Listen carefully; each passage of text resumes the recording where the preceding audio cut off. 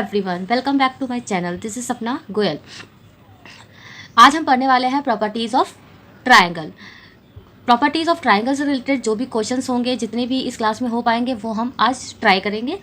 ठीक है। Properties of triangle होती हैं कि ट्रायंगल्स की क्या प्रॉपर्टीज़ होती हैं। जैसे फर्स्ट वाली मैं आपको अगर बताऊँ तो देखो, फर्स्ट वाली क्या है कि ये कोई ट्रायंगल है। ठीक है, ये कोई ट्रायंगल है, तो ये तो आपको पता ही होगा कि इसके तीनों एंगल्स का टोटल 180 होता है। ठीक है। अच्छा, इसमें अगर मैं बोलूँ कि ये दो जो एंगल हैं, मैंने इसका नाम दे लेते हैं ए बी सी। तो इसका नाम अगर एंगल ए है, ये एंगल बी है और ये एंगल सी है। अगर मैंने बोला कि angle B equal to angle C है, कोई भी दो एंगल अगर इक्वल हैं, मैंने ये दोनों एंगल्स को इक्वल मान लिया, तो दोनों कोई भी दो एंगल अगर इक्वल है तो उनके जो अपोजिट साइड्स होंगी, जैसे सी की अपोजिट साइड बी है, ये वाली ए बी, एंड बी की अपोजिट साइड ए सी है, तो ये दोनों साइड भी इक्वल होंगी। तो basically side A B equal to A C. तो ये पहली प्रॉपर्टी है कि angle opposite to the equal side of a triangle are equal. ये भी एक प्रॉपर्टी इसका वाइस वर्सा हो जाएगा, मतलब अगर दो साइड इक्वल हैं तो उनके अपोजिट एंगल्स भी इक्वल होंगे। तो ये वाइस वर्सा भी ट्रू होता है। कैसे? जैसे अगर ये दोनों एंगल इक्वल है तो इनके अपोजिट साइड्स इक्वल होंगी, अगर ये दोनों साइड इक्वल है तो इनके अपोजिट एंगल्स भी इक्वल होंगे। तो इनको आप कैसे लिखेंगे? पहली प्रॉपर्टीज आपकी क्या हो जाएगी? Angles opposite to the equal side of a triangle is equal। Clear guys? Easy सी है। दो एंगल अगर इक्वल है तो उनके अपोजिट साइड्स भी इक्वल होंगे, अगर दो साइड इक्वल है तो इनके अपोजिट एंगल्स भी इक्वल होंगे। Clear guys? Okay, move on to second property. Second property अपन ने पहले पढ़ी हुई है। इसमें अपन ने पढ़ा था कि जो भी एंगल एक बड़ा होगा उसके अपोजिट वाली साइड सबसे बड़ी होगी। ये मैंने आपको पिछली क्लास में पढ़ाई थी ये प्रॉपर्टी। जो भी एंगल बड़ा होगा, मान लो मैंने एंगल सी को बड़ा बताया, लार्जेस्ट एंगल। ठीक है,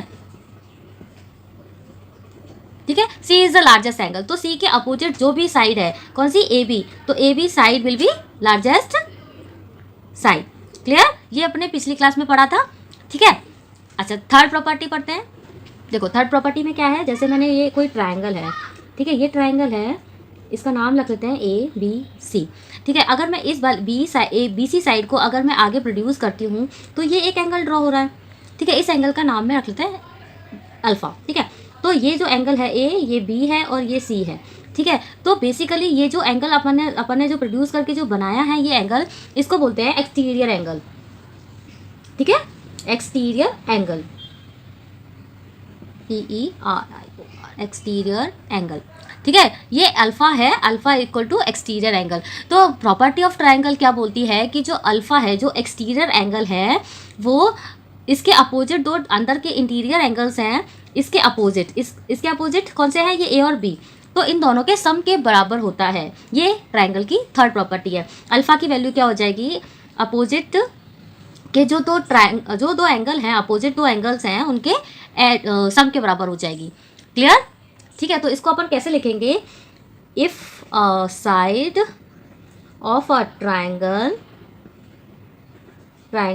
इज प्रोड्यूस्ड, अगर एक ट्राइंगल की साइड को प्रोड्यूस कर दिया जाए, then the exterior angle formed is equal to the sum of two interior opposite angles।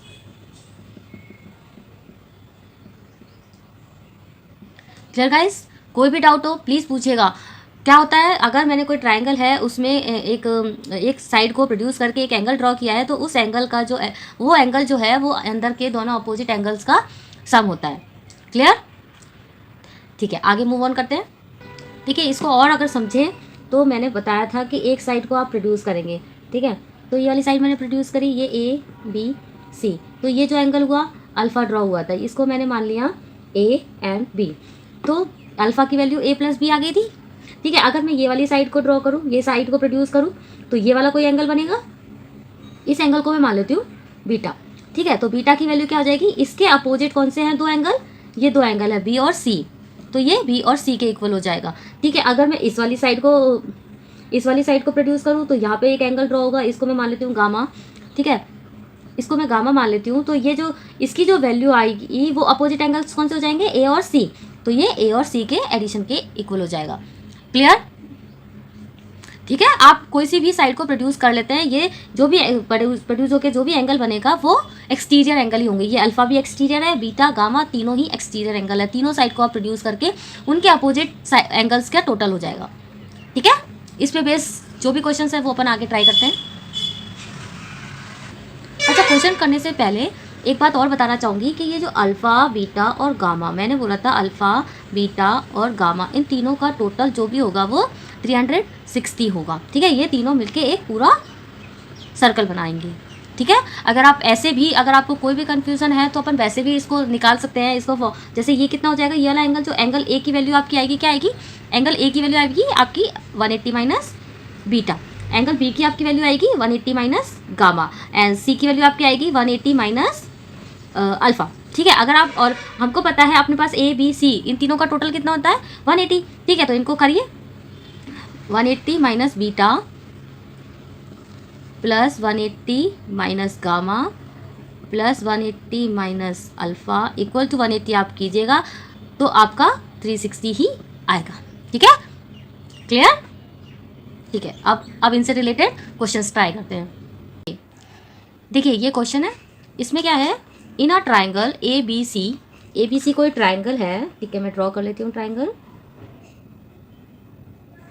ठीक है, ए बी सी, सी ए को प्रोड्यूस किया है तो इसके नाम अपन यहाँ पे लिख लेते हैं, ठीक है, ठीक है।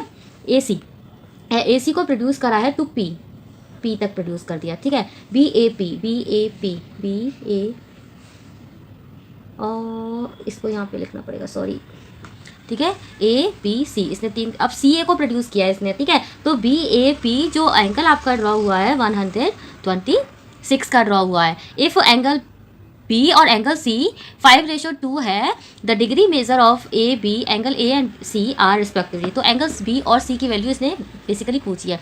इसने बी और सी में रेशियो भी बताया है 5 और x, तो ये कितने हो जाएगा 5x का और ये 2x का। ये तो आपको पता ही होगा, रेशियो में से जब कोई भी चीज़ें हटाते हैं तो एक कांस्टेंट वैल्यू ड्रॉ करते हैं, तो अपन ने कांस्टेंट वैल्यू लगा ली। और अभी मैंने आपको जो प्रॉपर्टी बताई थी उसमें क्या था, एक एक्सटीरियर एंगल की वैल्यू दोनों इंटीरियर एंगल्स के टोटल में होती है, इक्वल, टोटल के इक्वल होती है। तो 126 इक्वल टू हो जाएगा 5x plus 2x, 126 equal to 7x, x की वैल्यू 126/7,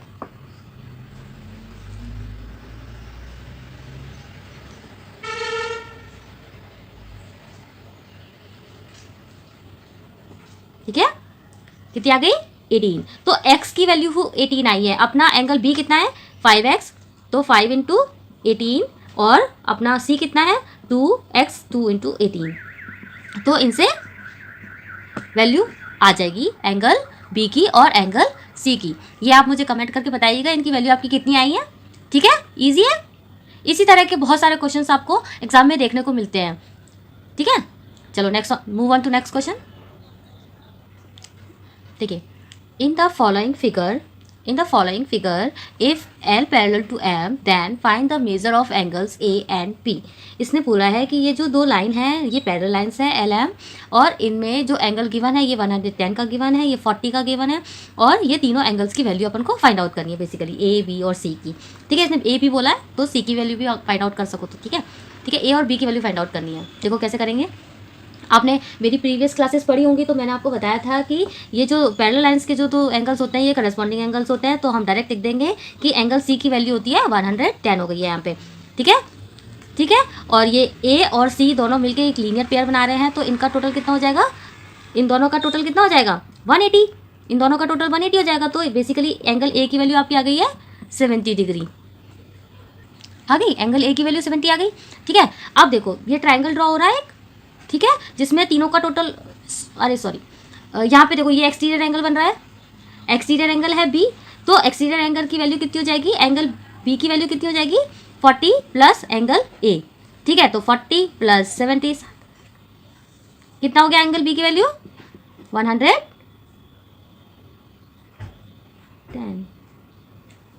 ठीक है, 110। एंगल बी की वैल्यू आपकी कितनी आ गई है, 110। एक्सटीरियर एंगल था, एंगल बी हमारा एक्सटीरियर एंगल है, और एक्सटीरियर एंगल का इक्वल किसके होता है, अंदर के दो अपोजिट एंगल्स के टोटल के। ठीक है, हमने वही प्रॉपर्टी अभी यूज़ की जो अभी मैंने आपको थोड़ी देर पहले ही बताई थी। ठीक है, चलो और भी क्वेश्चंस ट्राई करते हैं।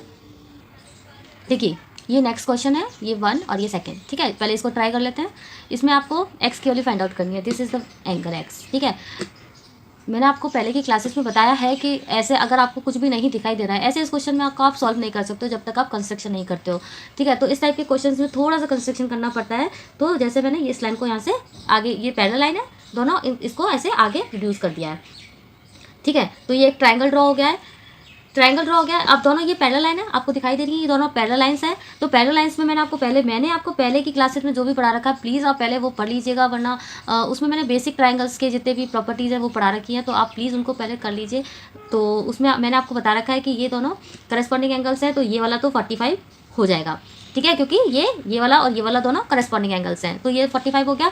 अब वही एक्सटीरियर वाली प्रॉपर्टी हम लगा देंगे। एक्सटीरियर एंगल का टोटल कितना होता है, सम ऑफ इंटीरियर एंगल्स। ठीक है, सम ऑफ इंटीरियर अपोजिट एंगल्स। ठीक है, तो 105 की वैल्यू कितनी हो जाएगी, x प्लस 45। तो x की वैल्यू कितनी आ गई है, 105 माइनस 45 आप करिएगा तो आपका 60 will be the answer. Clear. चलो इस वाले क्वेश्चन को ट्राई करते हैं। ये बहुत बेसिक क्वेश्चन है, इसमें ज़्यादा दिक्कत नहीं आनी चाहिए। फिर भी आपको अगर कोई भी प्रॉब्लम आती है तो प्लीज़ मुझे कमेंट करके बताइएगा। ठीक है, चलो इस टाइप के क्वेश्चन में भी थोड़ा सा हमको कंस्ट्रक्शन करना पड़ेगा।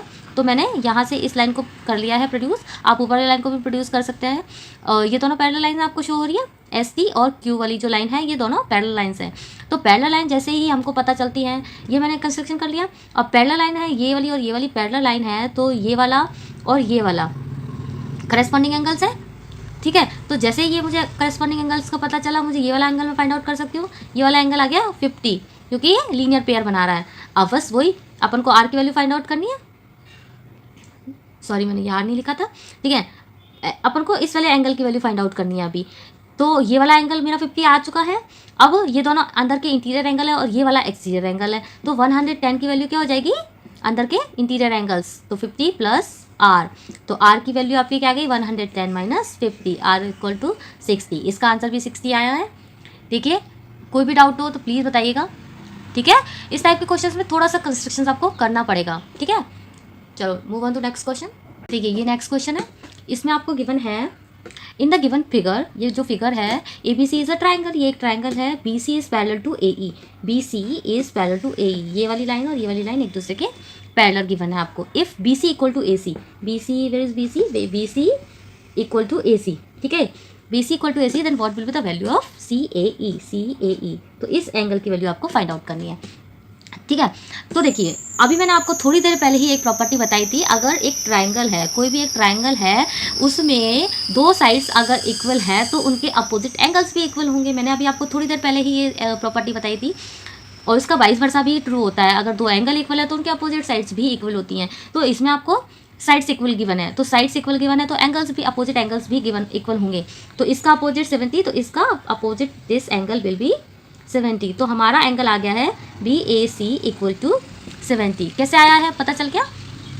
ठीक है, जैसे ही हमारा ये 70 आया है, ठीक है, तो देखिए बी ए सी ये वाला ट्राइंगल है, इसका टोटल कितना होता है, angle B plus angle C plus angle A की वैल्यू कितनी होती है, 180। ये तो हमको पता ही है।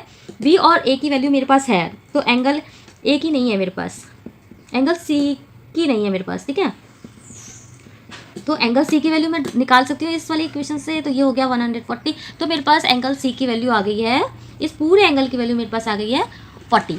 ठीक है, और आपको क्वेश्चन में गिवन है कि this B C is parallel to A E, तो B C is parallel to A E. ठीक है, तो पैरेलल लाइंस है और आपको यहाँ जेड ड्रॉ होता हुआ दिखाई दे रहा है, जेड। ठीक है, जैसे ही जेड बनता है हमें पता है कौन से एंगल्स बनते हैं, ऑल्टरनेट एंगल्स। तो ऑल्टरनेट एंगल्स, तो मैं बोल सकती हूँ B C A equal to angle C A E, ये दोनों ऑल्टरनेट एंगल्स है, इक्वल टू 40 ही आ जाएगा। ठीक है, क्योंकि ये जो हमारा एंगल है ये जेड ड्रॉ कर रहा था। ठीक है, ये जेड ड्रॉ कर रहा है, तो ये वाला एंगल हमारा हो गया 40, क्योंकि ऑल्टरनेट एंगल्स हो गए। ठीक है, तो एंगल एक्स की वैल्यू कितनी आ गई 40। ठीक है, देखिए नेक्स्ट 2 क्वेश्चंस देखते हैं। इसमें क्या है, देखिए इन गिवन फिगर, ये जो गिवन फिगर है इसमें A B C is a triangle, A B C is a triangle, P Q parallel to B C. ये जो पी क्यू है ये पैरेलल टू बी सी है, ये वाली line parallel to this line.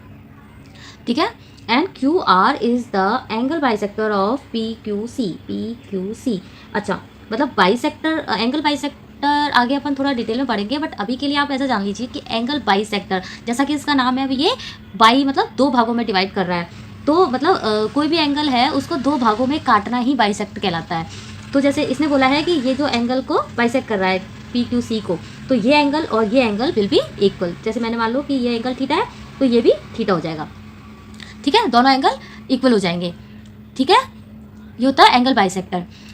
Okay, और क्या बोला है, R C equal to 15 centimetre, और आर सी की वैल्यू 15 सेंटीमीटर गिवन है। ठीक है, क्यू सी फाइंड आउट करना है, इस साइड की वैल्यू आपको फाइंड आउट करनी है, ये क्यू सी कितना है। ठीक है, क्यू सी क्या है, देखो आपको इसमें बोला है कि पैरेलल लाइंस आते ही मुझे तो जेड दिखना स्टार्ट हो जाता है। ठीक है देखिए यहाँ पे आपको भी जेड ड्रॉ हो रहा है। ठीक है, पैरेलल लाइंस में जेड जरूर ड्रॉ होता है। ठीक है, तो जेड बन रहा हुआ है, दिखाई दे रहा है, तो जेड जैसे ही बन रहा है तो ये वाला एंगल थीटा है, तो ये वाला एंगल भी थीटा हो जाएगा। ठीक है, अब मैंने आपको एक प्रॉपर्टी अभी थोड़ी देर पहले ही बताई है, उससे रिलेटेड एक क्वेश्चन भी किया है कि अगर 2 एंगल इक्वल हैं, अगर 2 एंगल इक्वल हैं तो उनके अपोजिट साइड्स भी इक्वल होंगी। तो ये दोनों इक्वल थीटा थीटा है, तो इनके अपोजिट ये दोनों साइड्स भी इक्वल होंगी ना। तो R C equal to Q C हो जाएगा। आर सी की वैल्यू मेरे पास 15 सेंटीमीटर है, तो क्यू सी की वैल्यू भी 15 सेंटीमीटर आ जाएगी। इजी, क्लियर है। यहाँ पे मेरा जेड ड्रॉ हो रहा था और ये एंगल बाइसेक्टर था, तो दोनों एंगल्स की वैल्यू तो थीटा ही थी, तो ये वाला भी थीटा हो गया। अब जैसे ही ये थीटा होता है हमारा आर सी और क्यू सी की वैल्यू इक्वल हो गई है। मेरी प्रॉपर्टीज है, जैसे मैंने आपको प्रॉपर्टी बताई थी ट्राइंगल्स की, उसके अकॉर्डिंग। ठीक है, चलो मूव ऑन नेक्स्ट क्वेश्चन। देखो इस क्वेश्चन में क्या है, आपको क्या क्या गिवन है, पी क्यू बराबर पी एस, पी क्यू बराबर पी एस, ओके, ये बराबर ये equal to R S equal to S R, okay. ठीक है, and Q P S equal to आपको 40 गिवन है, क्यू पी एस, ये वाला एंगल आपको 40 गिवन है, क्यू पी एस। आपको वैल्यू किसकी फाइंड आउट करनी है, Q P R, Q P R, इस पूरे एंगल की वैल्यू आपको फाइंड आउट करनी है। ठीक है, इसकी ये पूरा। ठीक है, ओके देन चलो क्या होता है, देखिए यहाँ पे ये 40 गिवन है। अच्छा, 2 साइड्स इक्वल है ना, तो आपको प्रॉपर्टी गिवन है, आपको क्या प्रॉपर्टी गिवन है, मैंने आपको बताई थी 2 साइड्स इक्वल है तो उनके अपोजिट एंगल्स भी इक्वल होंगे। तो ये एंगल थीटा मानूं और ये भी एंगल थीटा ही हो जाएगा। ठीक है,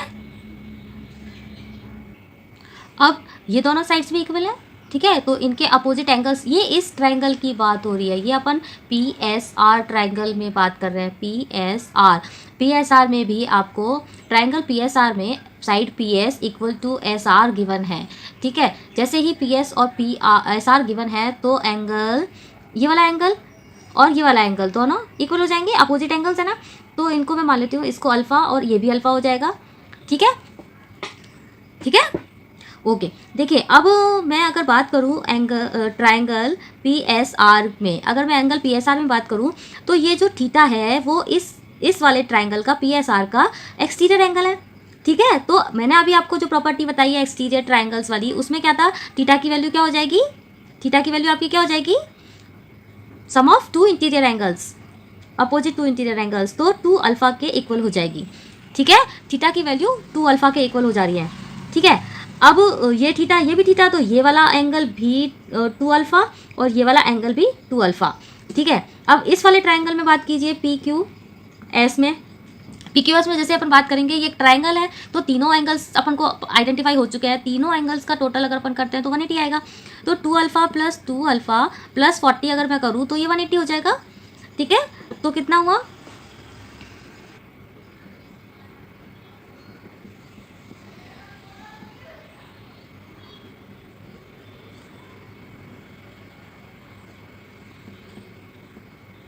ठीक है, अल्फ़ा की वैल्यू मेरी आ गई है 35। ठीक है, अल्फ़ा मेरा 35 आ गया है, तो ये पूरे एंगल की वैल्यू कितनी हो गई, 40 प्लस 35 75। Clear, clear. देखिए ये मैंने क्या किया, ये 40 को मैं इधर ले गई हूँ तो 140, ये 4 से डिवाइड किया 35, ठीक है। जैसे ही 35 आया, अल्फा मेरा ये था, ये अल्फा की वैल्यू है, मुझे ये पूरा ही एंगल फाइंड आउट करना था, इतना वाला मेरे पास 40 था, 40 plus alpha 40 plus 35 equal to 75, ठीक है। आज की क्लास में बस इतना ही। इससे रिलेटेड और भी बहुत सारे क्वेश्चंस, ये तो सारे इजी क्वेश्चंस थे, और भी थोड़े अच्छी क्वालिटी वाले क्वेश्चंस हम अगली क्लास में करते हैं, ठीक है। तो बने रहिए, लाइक एंड सब्सक्राइब कीजिए प्लीज़ मेरे चैनल को।